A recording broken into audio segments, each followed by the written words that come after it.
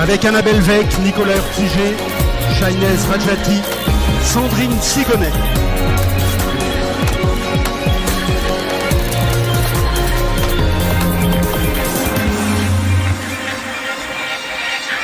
Installez-vous, messieurs, dames, prenez place, soyez les bienvenus. Sandrine Sigonnet, vous êtes directrice de la résidence service senior L'Art du Temps à Besançon. C'est une résidence Domitis. Résidence service senior Domitis, je confirme. C'est bien ça. À côté de vous, Nicolas Urtiger, président du Cinerpa Domicile, cofondateur du groupe Zéphyr, 4000 salariés, 4 enseignes, Senior Compagnie, Freedom, Libelia, Synergimed. C'est ça. C'est bien. Vous n'avez rien oublié. Bonjour et bienvenue Nicolas. À côté de vous, Annabelle Vec, directrice générale de la FNADEPA, Fédération nationale des associations de directeurs d'établissements et services pour personnes âgées. Bienvenue. Bonjour à tous. Bonjour Annabelle. Et puis enfin, Shainez Rajati, directrice de l'EHPAD Le Verger de Vincennes, groupe Elana Santé. Bonjour. Bonjour Shainez et Laetitia Vito qui restent avec nous parce que elle va prendre des notes. Attention, elle va prendre des notes pendant que vous parlez. Annabelle Vec, je commence avec vous, directrice générale de la FNADEPA, 1500 directeurs de tout statut, public, associatif, privé, commercial. Tout simplement, comment vont aujourd'hui les directeurs et directrices de structures ? C'est une question complexe à laquelle on a tenté de répondre par une enquête il y a quelques semaines auprès de nos adhérents. Comme vous l'avez dit, on est sur un champ d'activité assez transversal, ce qui nous donne une vision assez fine. Et finalement, on se rend compte que quel que soit le secteur d'activité, on a des directeurs qui sont au front pour faire face à deux enjeux spécifiques. D'abord, des difficultés en termes de ressources humaines. On a 82% de nos adhérents qui cherchent du personnel, en premier lieu des soignants. C'est pas à vous ici que je vais apprendre ça. Et puis des difficultés financières. On a 65% de nos adhérents qui terminent l'année en déficit, avec pour les EHPAD en moyenne 150 000 € de déficit. Ce sont des chiffres qui sont très inquiétants. On a un tiers de nos adhérents qui n'ont qu'une année de réserve et donc forcément qui nous interrogent sur la capacité à tenir des équipes et des professionnels, notamment les directeurs qui, au quotidien, essayent de maintenir ce cap dans un contexte qui est difficile et dans un contexte où la réforme du grand âge qu'on attend tous et les mesures de soutien financier peinent à arriver ou en tout cas n'arrivent pas à la mesure de ce qu'on aurait besoin. Est-ce que vous avez observé un renouvellement plus important des directions lors des dernières années ? Je précise que vous êtes directrice de la FNADEPA depuis 8 ans. Tout à fait, je suis arrivée en 2015. Alors quand je suis arrivée, on avait 1000 adhérents, aujourd'hui on en a 1500. On a effectivement un réseau qui s'est largement étoffé et on se rend compte que notre force finalement et la force des directeurs, c'est bien cette entraide, cette capacité finalement à avoir des sujets communs, à partager leurs difficultés, à aller chercher des exemples de bonnes pratiques, à essayer d'être solidaires. Et notre réseau effectivement s'est étoffé et en parallèle on assiste, mais comme dans l'ensemble du marché du travail, une dynamique assez rapide. On voit bien qu'aujourd'hui, on reste moins longtemps en poste qu'il y a 20 ans. Le secteur médico-social n'est pas épargné. Et qu'il y a une interrogation des managers à tenir dans la durée. Vous allez vous dire que je vous donne beaucoup de chiffres, mais en septembre, on avait mené une autre enquête auprès de nos adhérents. 43% des directeurs d'établissements, donc EHPAD, résidence autonomie, mais aussi services à domicile, nous disaient à ce moment-là, on envisage de quitter le métier à court ou moyen terme. C'est un chiffre qu'on n'avait pas anticipé à ce degré-là. 6 mois après, on se rend compte que les changements n'ont pas été aussi élevés que ce chiffre. Néanmoins, on a beaucoup plus de départs qu'avant, on a un plus grand taux de renouvellement et puis des départs aussi pour burn-out, pour démission dans des conditions psychiques et physiques assez compliquées qu'on ne voyait pas tellement, en tout cas pas dans ces proportions-là, il y a encore 2 ou 3 ans. Donc c'est difficile pour les équipes et c'est évidemment difficile pour les managers. Comment avez-vous vu le métier évoluer depuis 8 ans ? Alors, depuis 8 ans, et j'ai envie de dire depuis même un peu au-delà, effectivement, le métier de directeur d'établissement et de service s'est beaucoup transformé. La manière d'exercer le métier, il y a 10 ans ou 20 ans, a considérablement évolué. Les exigences en termes de diplôme, ce qu'on appelait à l'époque le titre 1, je crois qui est devenu des diplômes de niveau 7, est exigé aujourd'hui. C'était pas encore le cas il y a une grosse décennie. Donc on a une professionnalisation avec des enjeux RH, financiers, de gestion de normes complexes, de réforme de la tarification, de relations politiques, de relations avec les usagers. Un métier qui est technique et qui pourrait parfois faire oublier l'importance d'être au quotidien auprès des usagers. Régulièrement, mes adhérents me disent, si je bloque pas du temps, une demi-journée, pour passer du temps par semaine avec mes équipes, avec les résidents, je pourrais rester enfermé sans problème dans mon établissement toute la journée. Et c'est bien cet impératif de rester connecté au terrain, d'aller voir ses collègues, d'aller voir les résidents, d'aller voir les familles, d'aller voir les usagers, qui permet de tenir et qui permet de garder le sens de ce métier qui est si beau, celui d'accompagner les autres. Est-ce plus difficile quand on a en plus à supporter la pression d'un grand groupe, enfin je sais que certains n'aiment pas le terme de groupe, ou d'un réseau, selon le terme que vous choisirez, est-ce que c'est plus difficile? Alors, je ne sais pas si c'est plus difficile, je pense qu'il y a des services qui sont différents et on est en train, à la FNADEPA, de construire notre projet associatif 2024-2028, donc on interroge nos adhérents et on interroge aussi des partenaires externes sur leurs attentes des services qu'on propose en tant que fédération, et on voit bien que l'adhérent directeur autonome, par exemple d'un établissement, un EHPAD, CCS, fonction publique, ou d'un petit établissement monogestionnaire, n'a évidemment pas les mêmes attentes que le directeur adhérent d'un grand groupe associatif, commercial également. Et donc ce sont des services différents qu'on propose, mais je pense que le métier reste pour l'essentiel le même, avec les mêmes impératifs de bonne gestion, les mêmes impératifs de lien humain, et que tous les soutiens sont bons à prendre, que ce soit ceux d'un groupe ou ceux d'une fédération. Et notre spécificité à la FNADEPA, c'est qu'on est organisé en associations départementales et régionales, donc c'est 37 associations aujourd'hui qui existent et qui permettent aux directeurs, quel que soit leur statut, de travailler ensemble, de réfléchir sur leurs pratiques et puis d'essayer de se soutenir dans des moments difficiles et aussi d'avancer, d'essaimer pour pouvoir relever le défi et puis, j'allais dire innover, parce qu'on ne va pas attendre une loi grand âge pour continuer à innover. Bien. Madame Radjati, comment vous faites, vous, pour remplir votre mission au quotidien ? Alors, je pense que ce qui est important dans un premier temps, c'est de savoir bien s'entourer, d'avoir une équipe solide sur laquelle on peut compter, parce que l'essentiel du travail est quand même fourni par nos équipes. J'ai deux exemples, notamment nos comités de direction au sein des établissements, qui sont des experts métiers, que ce soit dans le médical, l'hôtellerie, le soin, et qui vont nous épauler dans le pilotage global de l'établissement. Donc ça, c'est un point très important, puisqu'ils sont très autonomes, et donc du coup, nous, ça nous permet de pouvoir prendre du recul sur un certain nombre de situations et aussi de pouvoir déléguer voilà, le fonctionnement de l'établissement, et donc ça nous soulage au quotidien. Et une autre particularité, alors là c'est plutôt au sein de mon établissement, mais on a un outil immobilier qui est vraiment au service de notre projet médical. On fonctionne par unité de vie, donc en moyenne on peut accueillir 20 à 25 résidents par unité de vie. Et ces unités de vie, elles sont pilotées par nos maîtresses de maison soignantes, donc un métier spécifique à Elena Santé. Juste pour préciser, donc en fait, il s'agit d'aides-soignants qui souvent faisaient déjà partie de nos équipes et qu'on a accompagnés dans un processus de formation sur différents modules et qui vont pouvoir voilà, piloter l'unité, être à la fois un manager de proximité pour les équipes. Donc là aussi, hein, c'est un moyen pour nous de déléguer, mais aussi un interlocuteur privilégié pour les familles. Donc ça permet de désamorcer de façon qualitative un certain nombre de situations, de répondre aux interrogations, aux inquiétudes des familles. Et ça, au quotidien, c'est pas forcément quelque chose voilà, que je serais capable de faire toute seule. J'en profite, vous parlez des groupes. Je pense qu'il y a quand même un gros avantage à ça, c'est de pouvoir bénéficier quand même de services support qui vont nous sécuriser au quotidien par rapport voilà, aux responsabilités qui nous incombent. On a quand même des services voilà, qui nous aident avec les autorités publiques. On a une direction médicale, une direction qualité. Et avec toutes les contraintes auxquelles on est confronté au quotidien, c'est hyper important pour nous de pouvoir être accompagnés par des personnes voilà, qui bénéficient de cette expertise et qui vont nous conseiller, et puis aussi à qui on va déléguer pas mal de démarches administratives aussi, puisqu'il y en a voilà, beaucoup. Donc il y a ce point-là. Après, voilà, je voulais quand même souligner le fait qu'on était très sollicités au quotidien. On avait beaucoup de mails, beaucoup de rendez-vous, beaucoup d'échéances, beaucoup de visio.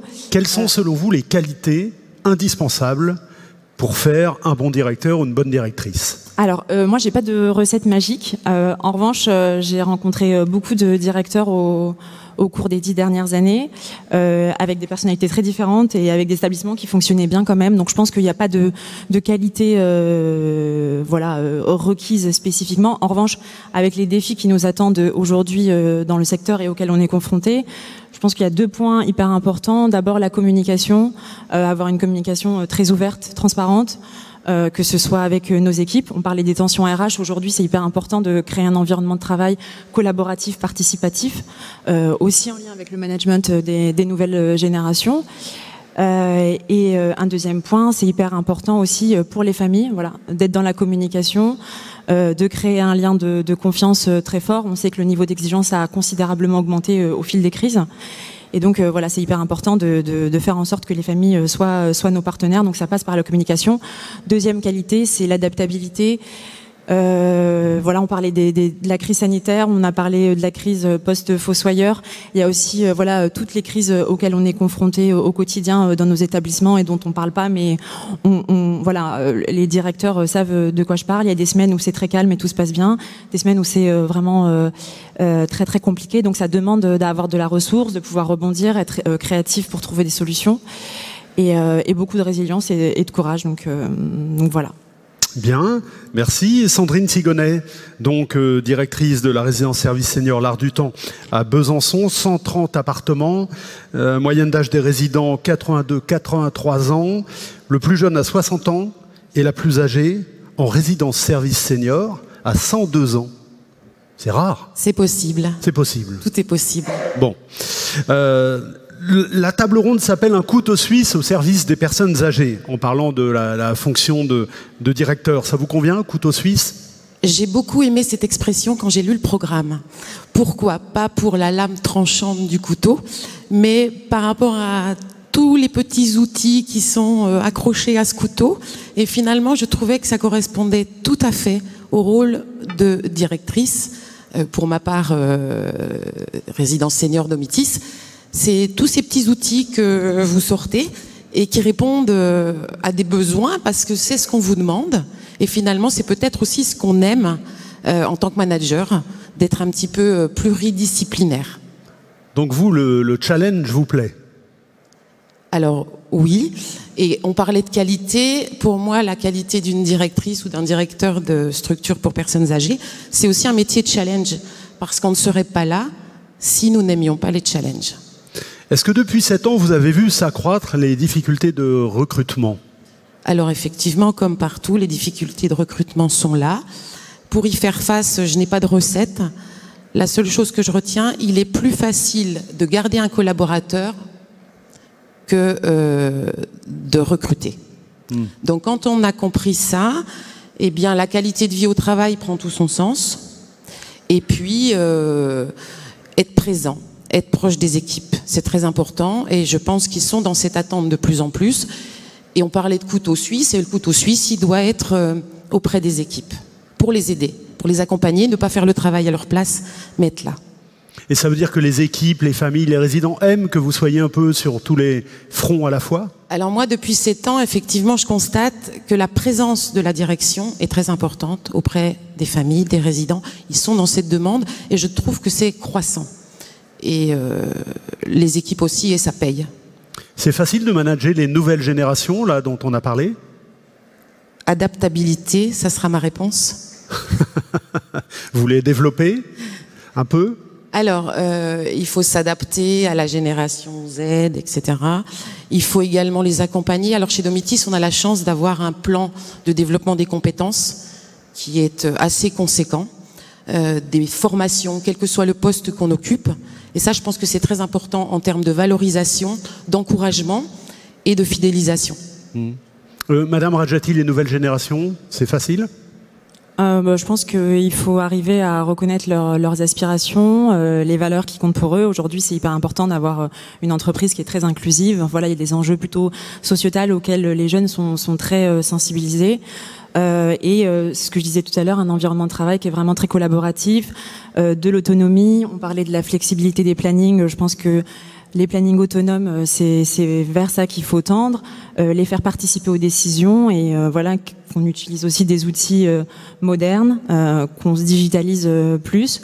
Je pense que ça nécessite de l'adaptation, mais de toute façon on n'a pas le choix et donc voilà, faut y aller. Madame Sigonnet, est-ce qu'en tant que directrice de résidence service senior, vous avez moins de contraintes qu'un directeur d'EHPAD? Alors en résidence service senior, nous n'avons pas de personnel médicalisé. Donc effectivement, ça enlève quelques difficultés. Nous coordonnons, mais nous n'avons pas notre propre personnel. Nicolas Urtiger, même question un peu que celle que j'ai posée à Madame Weck tout à l'heure. Comment vont les directeurs et directrices de structures d'aide à domicile? Alors, soit on voit le verre à moitié vide, soit on le voit à moitié plein. Donc forcément, il faut positiver. Maintenant, on arrive effectivement aujourd'hui à un constat. Ça me fait penser à ce qui avait été théorisé par Vineet Nayar, un Indien, dans son livre « Employees First, Customers Second ». Les salariés d'abord, les clients ensuite. Aujourd'hui, on n'a pas de difficulté commerciale. La demande est là. En revanche, effectivement, on a des problèmes de ressources. Donc, il faut réallouer son énergie et ses efforts sur l'attractivité, la marque employeur. Et on a des contraintes financières, on a des aléas médiatiques. Quand il y a eu les caches investigations, les émissions sur M6 concernant le personnel, en fait, les publics pris en charge, les clients, les consommateurs, n'ont absolument pas été impactés. On sait que chez vous, ça ne se passe pas comme ça. Finalement, les principaux dégâts et dommages ont été sur le personnel, qui évidemment ne se sont pas reconnus dans l'image un peu ternissante, très ternissante des métiers. Donc Maxime Rover évoquait hier effectivement l'idée du sens et de la fragilité du sens donné à nos démarches dans des métiers qui sont très engageants comme les autres. Il faut cultiver effectivement ce sens. La ministre Fernand Lebaudot hier nous encourager à réenchanter, enthousiasmer ces métiers. Donc effectivement, on a un rôle à jouer à ce niveau-là. À nous de faire plus avec moins, de redonner du sens, de travailler sur la confiance. Mon confrère hier, Clément Saint-Olive, parlait des équipes autonomes, ça a été évoqué à l'instant. Donc effectivement, c'est une nécessité de marché. De toute façon, qu'on le veuille ou non, il faut aujourd'hui responsabiliser les équipes, revoir un petit peu les pyramides de management, mais tout en apportant un cadre. Les structures qui ont voulu déployer les équipes autonomes, mais sans un cadre, sans procédure, ça a été calamiteux. Donc c'est pas non plus la liberté débridée. On importe un cadre. Une plante qui pousse a besoin effectivement d'un socle sur lequel s'épanouir. Donc quelque part c'est plus complexe et plus exigeant. C'est-à-dire qu'effectivement le management devient de plus en plus complexe et donc à nous, directeurs et management, de s'adapter à ces nouvelles donnes. Il y a de plus en plus d'administratifs. Alors effectivement, lorsqu'on avait discuté dans le cadre de notre échange préparatoire, nous ce qu'on souhaite, que ce soit sur le champ du domicile que je porte, mais également sur les autres champs d'activité, c'est qu'on puisse simplifier, je dirais, certains cadres administratifs, sans se dédouaner de toute forme de contrôle, mais de manière à pouvoir redéployer en fait notre énergie et nos ressources sur les sujets créateurs de valeur. Ce que je voudrais éviter, c'est que, alors, le domicile qui a peut-être un petit peu de retard par rapport aux établissements sur le niveau de structuration et de son marché et de consolidation de l'offre, je ne voudrais pas que l'exigence de qualité de service se fasse uniquement par un biais administratif. Puisque c'est pas là que c'est pas sur ça que va reposer effectivement la création de valeur. Ça va être sur la qualité de suivi, le niveau de prise en charge. Donc nous on n'a aucun souci sur une multiplication ou un renforcement des contrôles sur site. En revanche, effectivement, quand on parle du domicile, je pense aux dotations complémentaires qui sont versées exclusivement dans le cadre d'un appel à projet du département, ce qui génère une surcharge administrative pour les fonctionnaires des collectivités territoriales, mais également pour les directeurs de SAD. Et bon, quelle est l'utilité finalement de toute cette ingénierie administrative? Est-ce que ça sert vraiment effectivement notre engagement, notre utilité sociale? J'en suis pas certain. Est-ce que vous avez, vous, aujourd'hui, le même enthousiasme? Oui? Il y a quelqu'un qui veut applaudir? Allez-y, faut pas, on a dit qu'on se lâche, hein, c'est vendredi, donc... Je sentais que ça montait. Est-ce que vous avez aujourd'hui le même enthousiasme qu'en 2007, quand vous avez lancé Senior Company? Ah ben sinon je ne serais pas là, hein, sinon j'aurais déjà vendu. Évidemment, et moi si vous voulez, alors je prêche pour ma paroisse, mais l'entrepreneur a évidemment un rôle à jouer dans ce contexte très incertain, très aléatoire, l'entrepreneur ou l'intrapreneur. Donc c'est important pour moi de pouvoir se donner les moyens en termes de gouvernance et d'arbitrage et de prise de décision, de privilégier toujours la vision long terme, quitte à ce que ça se fasse parfois au détriment de certains arbitrages financiers court terme. Mais voilà, ça a été dit hier, que ce soit par Luc Broussy, par Firmin Lebaudot, il ne faut pas tout attendre de l'État et des pouvoirs publics. Donc enfin, moi je pense que je l'avais bien compris depuis longtemps, mais du coup, à nous aussi de prendre nos responsabilités et effectivement d'innover, et sans forcément que ça requiert énormément de moyens. On parle d'innovation managériale qui touche essentiellement au process, à la culture d'entreprise. De toute façon, c'est le propre de l'entrepreneur. Hein. On fait avec ce qu'on a. Les externalités sur lesquelles on n'a pas prise, eh bien, on compose avec. On essaie de développer des patchwork. On est interdépendant de l'ensemble de nos partenaires et de nos fournisseurs. Et en permanence, on raisonne en termes de pertes acceptables. Et c'est comme ça qu'on peut... Alors, de façon pas si empirique que ça, évidemment, parce qu'on peut quand même s'appuyer sur tous les retours d'expérience qu'on a pu avoir dans notre secteur d'activité, dans le médico-social, mais y compris dans d'autres métiers. Mais voilà, je crois aux vertus de l'entrepreneur et j'y suis viscéralement attaché. Ah, maintenant c'est de ce côté-là. Ça circule. On va faire une haut là à la fin de la table ronde.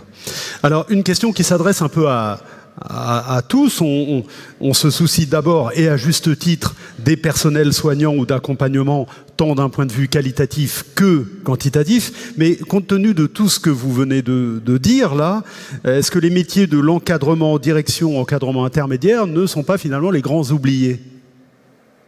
Ah, Madame Weig, c'est pour vous. C'est une question assez complexe. Effectivement, quand on regarde les chiffres qui ressortent de notre enquête, les premiers personnels qui sont recherchés sur le marché du travail chez nos adhérents, c'est les aides-soignants. C'est 88% de nos adhérents qui n'arrivent pas à recruter. Et ensuite, c'est à peu près un établissement sur deux qui cherche des aides-soignantes. Mais on a effectivement d'autres types de professionnels. Je pense au personnel de restauration. C'est 20% de nos adhérents qui n'arrivent pas à en trouver, qui peuvent être en tension. Alors, en général, quand le bateau est dans la tempête, on n'a pas tellement tendance en tant que capitaine à se poser la question de est-ce que je vais bien ou pas. On tient le bateau dans la tempête et on guide ses équipes vers un objectif. Donc c'est le rôle du manager de faire face à la tempête quand elle est là, de montrer le chemin pour continuer d'avancer et pour justement ne pas regarder le verre à moitié vide, parce qu'effectivement, je le disais tout à l'heure, si on attend tout de l'État, eh bien effectivement on quitte tous nos métiers et on arrête de faire celui qu'on est en train de faire. Mais les difficultés de recrutement dont vous parlez, le manque d'attractivité de certains métiers, est-ce que ça concerne aussi les fonctions de direction ? On commence à avoir effectivement de plus en plus de demandes d'emploi avec un turnover qui s'accélère un petit peu. Je ne saurais pas dire si c'est spécifique à notre secteur. Comme je vous le disais tout à l'heure, l'ensemble du marché du travail est très dynamique. Donc on a des gens qui sont sur un désir de reconversion. Il y a un levier aujourd'hui, je pense, qui n'est pas suffisamment développé, en tout cas utilisé. C'est celui des managers intermédiaires que vous évoquiez. On sait aujourd'hui que dans les structures qui mettent en place du management de proximité, il y a un meilleur fonctionnement des structures, il y a davantage de cohésion d'équipe, il y a davantage d'adaptabilité aux attentes des usagers, mais aussi aux attentes des professionnels, parce que le directeur, seul à la tête d'une boutique suffisamment grosse, ne peut pas toujours faire face, il ne peut pas être partout, il a besoin d'être bien entouré, ça a été très bien dit tout à l'heure par Shaynès. Donc on a besoin de développer ces fonctions intermédiaires et cela permettra aussi de bien faire fonctionner les structures à domicile et en établissement. Madame Sigonnet ? Je rejoins l'intervention de votre prénom. Annabelle. Annabelle. Nous avons effectivement un rôle à jouer dans le fonctionnement de l'équipe et je ne me souviens plus de la question de départ. Est-ce que les difficultés de recrutement, le manque d'attractivité concernent aussi les fonctions de direction ? Oui, alors vous vous avez, comme nous chez Domitis, la chance d'avoir des services supports. Et c'est ça que je voulais dire. Nous devons nous appuyer sur des services supports quand nous avons la chance d'en avoir.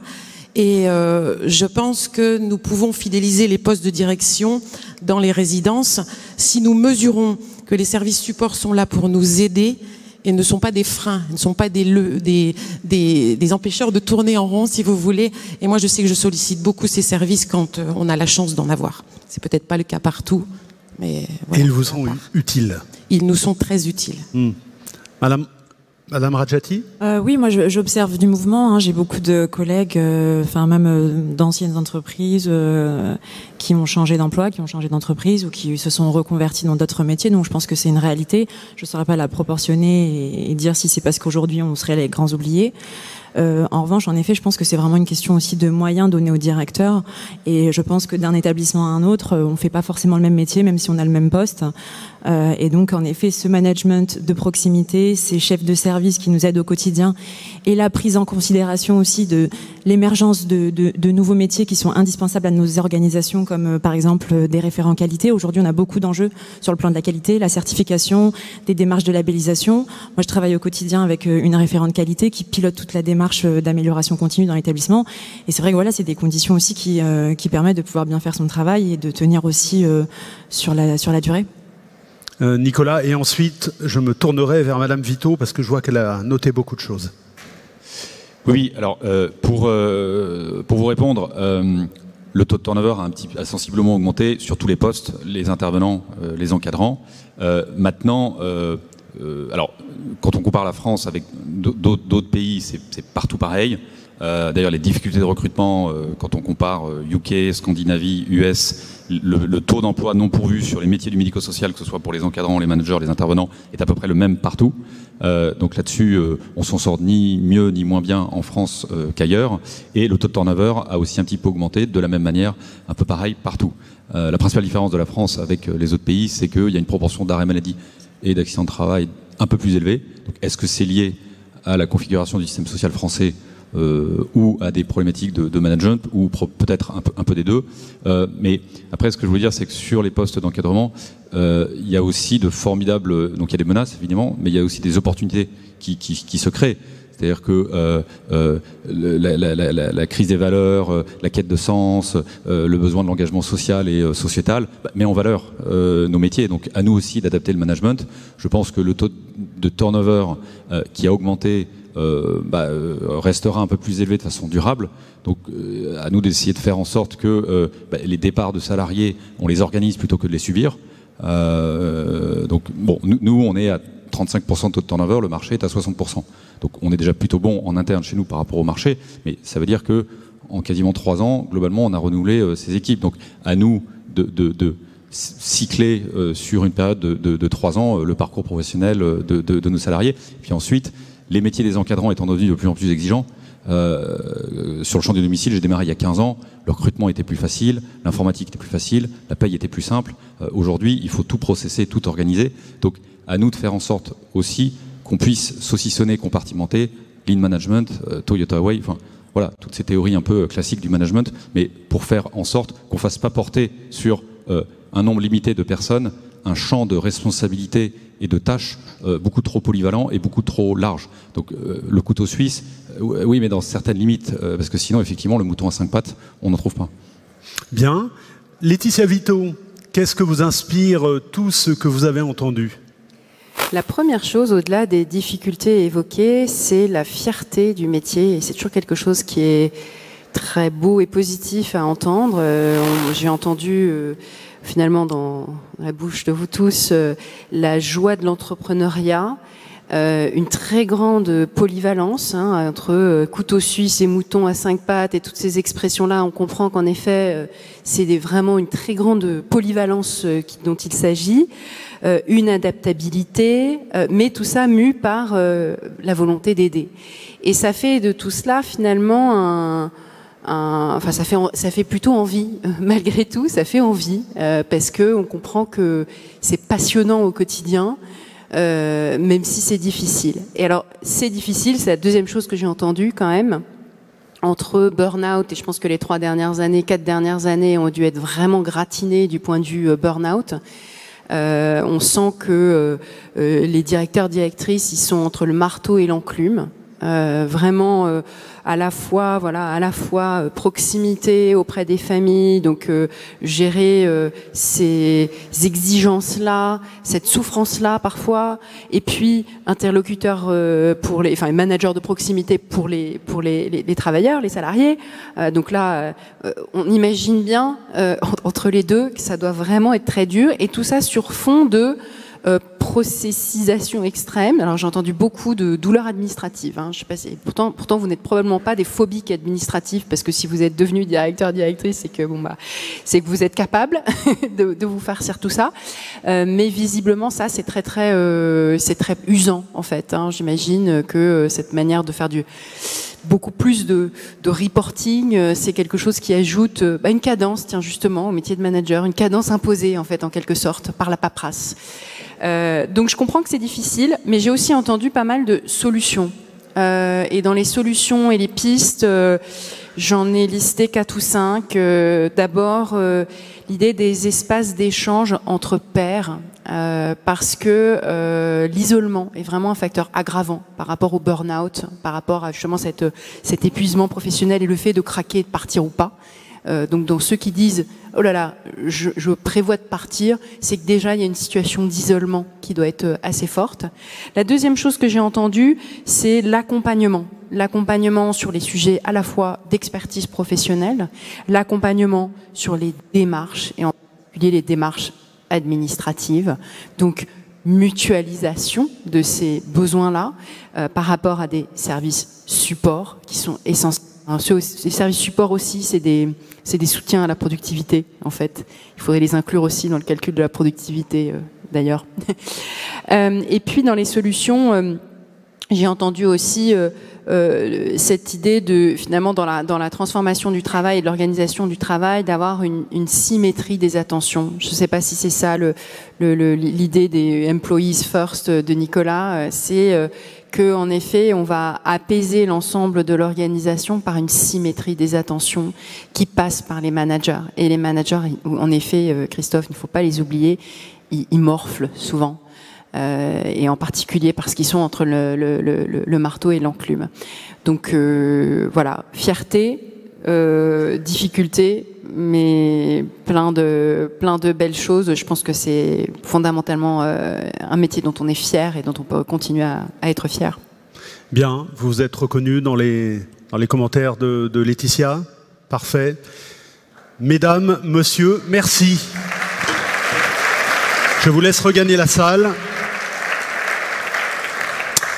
Merci à vous, Madame Sigonnet, Madame Weck, Nicolas Urtiger, Madame Rajati et Madame Vito. Je vous laisse regagner, puisque de toute façon on va faire une pause, mais vous revenez tout à l'heure pour la table ronde suivante.